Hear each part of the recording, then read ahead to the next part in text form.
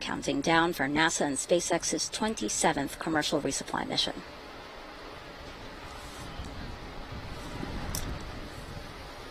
Fifteen seconds.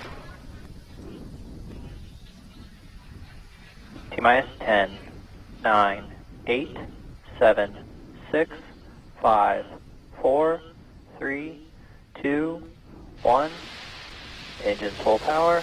And liftoff of CRS-27. Go Falcon, go Dragon. Falcon 9 soars off the launch pad. Dragon now on its way to the International Space Station with important new science experiments and crew supplies. Stage 1 chamber pressure is nominal.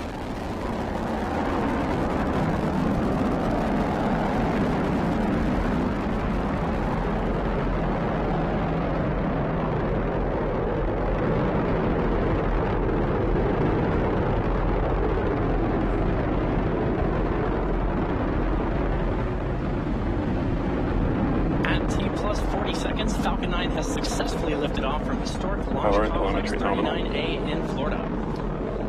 We're now coming up on our max Q in about 20 seconds or so, which is the point of maximum aerodynamic pressure the vehicle will go through during its flight. Sonic.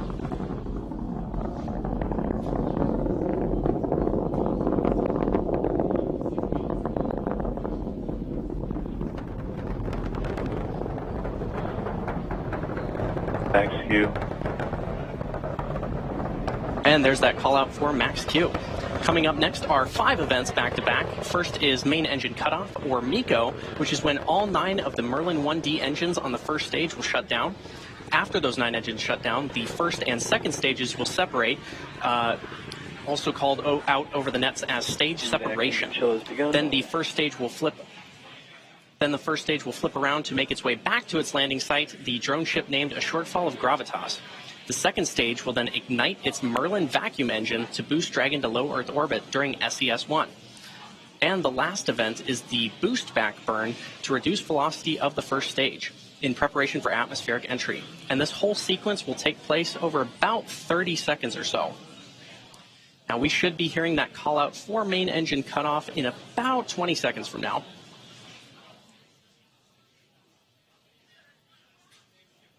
Wonderful tracking shot of our rocket.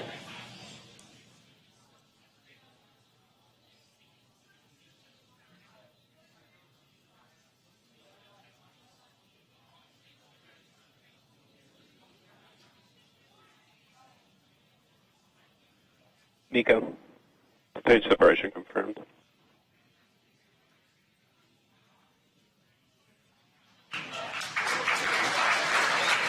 In-back ignition. Stage 1 boost back startup. And there's all of those callouts for those milestones. So we had MECO, stage separation, a stage 1 flip, second engine start 1, and the start of the partial boost back burn. While a boost back burn is normally performed in order to return the first stage to one of our landing zones, here we are just performing a partial boost back.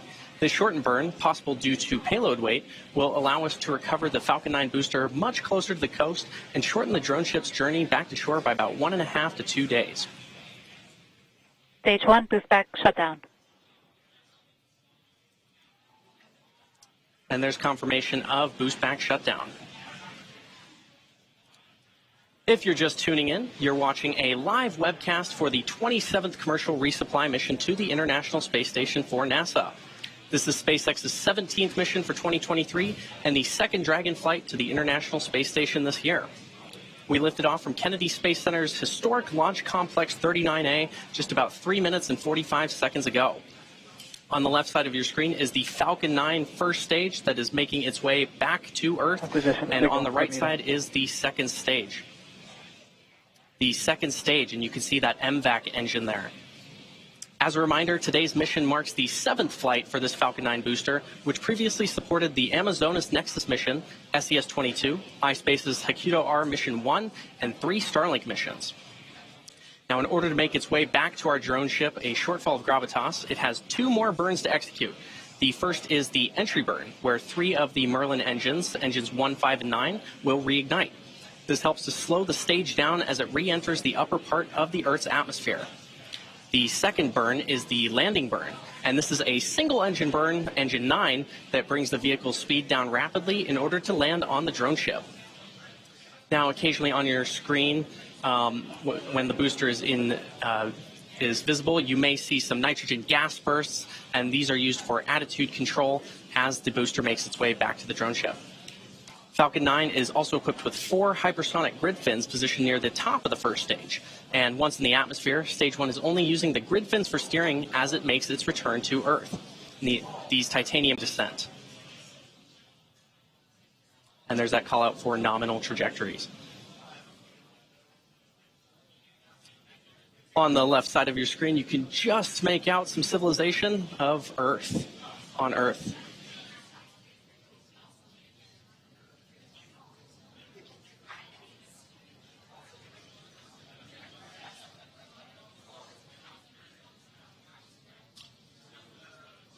In just about 8 seconds from now, we should see that first stage entry burn begin.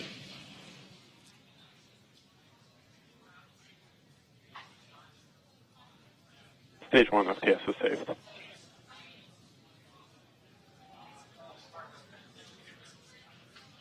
Right now on the right side of your screen, you can currently see that. You can currently see Stage 2, and there's confirmation of first stage entry burn startup. And probably saw it as well. Again, this is the first of 2 burns that the booster performs before landing on the drone ship. Stage 1 entry burn shutdown.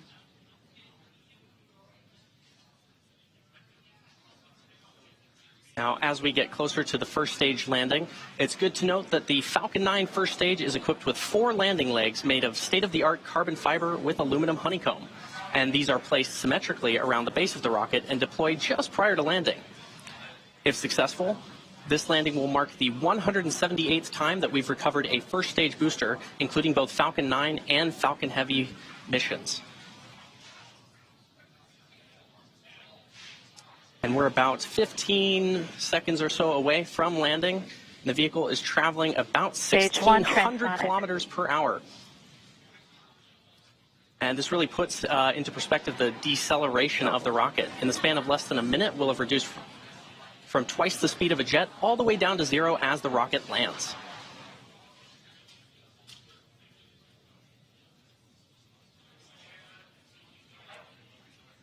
Stage 1 landing burn.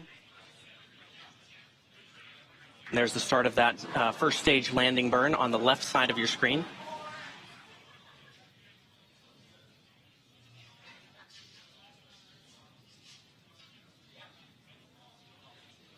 Stage 1 landing leg deploy.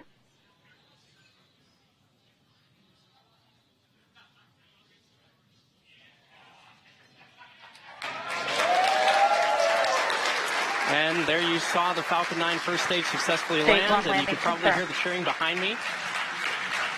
The Falcon 9 first stage that supported today's mission landed for the 7th time, having previously supported Amazonas Nexus, SES-22, iSpace's Hakuto R Mission 1, and 3 Starlink missions. Today's landing also marks the 178th successful landing for an orbital-class rocket. As mentioned previously, today's recovery operations are being managed by an all-female recovery team, and this is a really cool moment for the industry and SpaceX. There's that call out that Stage 2 FTS is saved. And we should have second stage engine cutoff here shortly.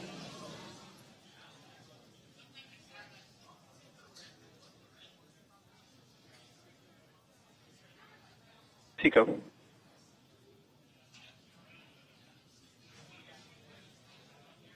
There's that call out of SECO. Nominal orbit insertion. And there's the key call out of nominal orbital insertion. At T+9 minutes into the mission, we are coming up on the last major task for Stage 2, commanding separation of Dragon a couple minutes from now.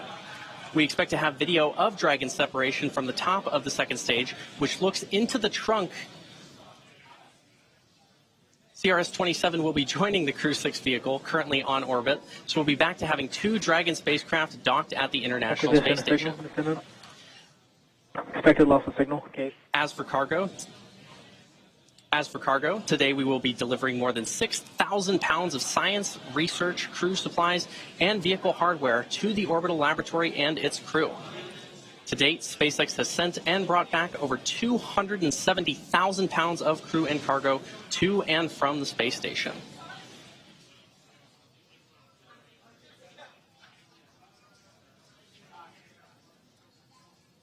As a reminder, this is the third flight for this Dragon capsule, having previously supported CRS-27 in June of 2021 and CRS-24 in December of 2021.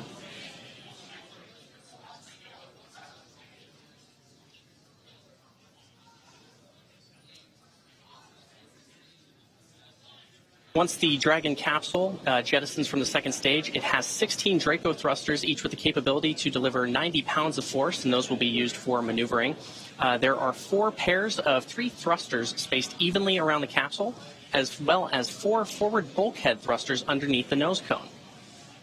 Now, notably, Dragon does not have super Draco thrusters, seats, or life support systems, as it is not carrying crew, and this saves on weight, space, and also allows for a faster refurbishment time.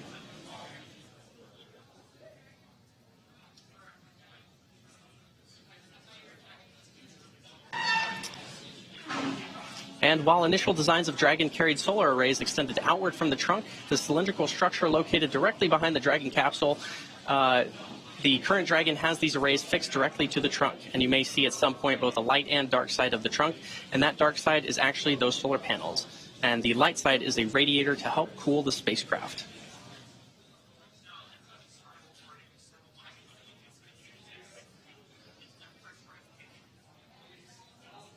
And once the Dragon capsule reaches the ISS, it will be able to autonomously dock using its navigation sensors, centerline camera, and light detection and ranging equipment.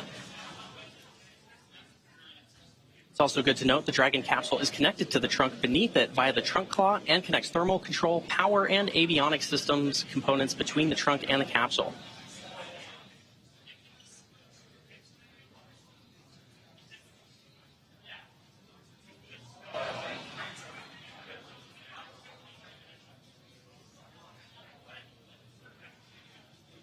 And if you're just joining us, you're watching a live view of Dragon successfully disconnecting from the second stage, heading to the International Space Station. This is the 27th commercial resupply mission to the International Space Station for NASA. This is SpaceX's 17th mission this year and second Dragon flight to station for 2023. We lifted off about 12 minutes and 23 seconds ago from Kennedy Space Center at Historic Launch Complex 39A.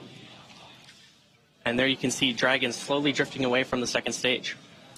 The next milestone coming up is the nose cone opening sequence, which protects the docking ring and navigation sensors. And that's going to do it for me here in Hawthorne, so I'm going to throw it back over to Dan in Houston.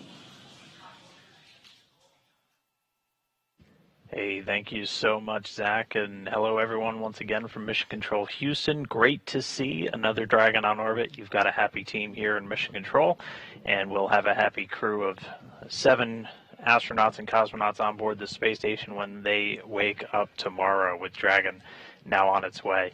As Zach said, the next milestone that we're going to be keeping an eye out for is going to be the nose cone open. This takes a couple of minutes, and that's to open the nose cone, so it's exactly what it sounds like. It's at the very top, or the nose part of Dragon, and that's going to slowly open up to reveal a couple of different components. That nose cone stays closed during the flight up to orbit, just to protect some of those more sensitive instruments from the thermal and aerodynamic loads that Dragon's experiencing on its ride uphill. Once it opens up, we're going to be revealing a couple of different things, including some propulsion elements, primarily 4 forward bulkhead Draco thrusters. Those are the primary thrusters that Dragon's going to be using for its major delta velocity burn. So those are just firings of the engines to gradually raise its orbit as it gets closer and closer to the space station. It's also going to reveal a suite of navigation equipment. Dragon has a couple of different methods to essentially find its way through outer space, and underneath the nose cone there is something called the Dragon Eye, star trackers, and then it will also be pairing that with an inertial measurement unit and GPS sensors, all of these kind of working in tandem to essentially tell Dragon where it is in outer space, and where it needs to head. We also do what's called a state vector upload to the spacecraft just prior to launch, telling it where space station is, and then once it gets closer, we'll have what's called relative GPS systems that will be able to talk to each other between Dragon and space station, just as they start talking to each other, let them know where they are, and those come really in handy when we start getting into the integrated operations, which you're going to be seeing a lot more of this room once we arrive on Thursday morning, as when we're in integrated operations, you've got a team here in Houston and a team out in Hawthorne that are working to bring us Dragon in. But we are getting closer to that nose cone to start opening. There are 12 hooks around essentially the docking ring of the Dragon spacecraft. 6 of those are actually holding the nose cone in place during the launch. All 12 are closed when we're launching, and we open them up. If you've watched any of the previous crew missions or even the cargo missions, we do them in 2 different sets, 2 sets of 6. So one set already open, the second set opening now, and once that second set is open, the nose cone will start to deploy. Again, it takes a couple of minutes for that nose cone to open, usually about 5 minutes or so, and then it'll gradually open. It swings open a little more than about 110 degrees, so that gives Dragon plenty of clearance to dock with the space station, as this is going to reveal also the docking ring, and that's what Dragon's going to be using to actually dock with the International Docking Adapter on board the station. And we're heading to the forward port. We have 2 of those on the U.S. segment right now with the docking adapters, the forward port and the Zenith, or the space-facing port on Node 2, the Harmony module.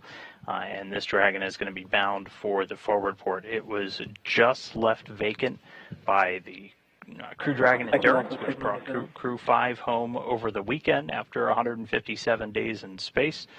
And this Dragon is bound for that one to kick off really about a month and change of really intense cargo and science operations. But at this moment in time, one set of hooks open. We're still waiting for that second set of 6 to open up. And then once that happens, the nose cone will start to deploy. Shortly after that, we'll do checkouts of those forward bulkhead Dracos, those 4 Dracos that are hiding underneath the nose cone right now. And once those are checked out, we'll be pretty much ready to go. And as Dragon will start to do its different phasing burns to get to the space station. And sounds like we've got all 6 of the second set are now open and just standing by, and it looks like the nose cone has started to deploy. So again, this is going to kick off a couple of minutes for the nose cone to fully open, but all hooks are open and the nose cone is deploying. While we wait for the nose cone to open, I do want to bring in, we have a guest real quickly. We have Phil Dempsey.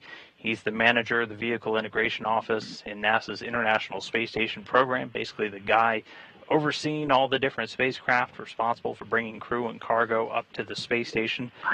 Phil, first, thanks so much for joining me. Just want to get your thoughts real quick. Walk us through, we've got another Dragon mission heading to the station. What's this going to mean for those crew members on board? Hey, yeah, thanks. So first of all, just saw a really great launch from our SpaceX team down here in Florida. Getting a new Dragon is really exciting for the crew for a couple of reasons. First, like you just kind of mentioned, these cargo missions are really action-packed times for the crew. It starts when they dock Thursday morning. We're just getting into the vehicle, getting critical research out and into its location on the ISS. Then the crew does some standard cargo ops and payload moves across this 30-day mission. But while they're doing that, they're also doing critical research that actually has to be completed during the dock mission in order to get those results back down on that same vehicle when it comes down a little over 30 days after it goes up. Then it's time to get it repacked with hardware. Additionally, these cargo missions are the few chances we have to get fresh or refrigerated food up to the crew. So, we give them a little taste of home. They got some fresh fruit and cheeses on this one. And I know they're asleep, but I think they're going to be pretty excited when they wake up. We actually have some live views now of the nose cone opening. We're about halfway through. But Phil, before I let you go, just general feelings from you, the program. This has been just another incredibly busy spring. It feels like we're always in the busy season with Station. We just brought a crew home over the weekend after launching another one. What's it been like to just balance all of the traffic coming and going from the space station? Yeah, it seems like we're partway through and there's a lot going on. It is really exciting. As for the pace, most of us probably wouldn't have it any other way, I'll tell you. We're in our third decade of operating this orbiting research facility, and these are the crew and cargo missions to keep it going. But if you look ahead, added into that mix, we got an upcoming Boeing first crewed flight. We've got a second private astronaut mission.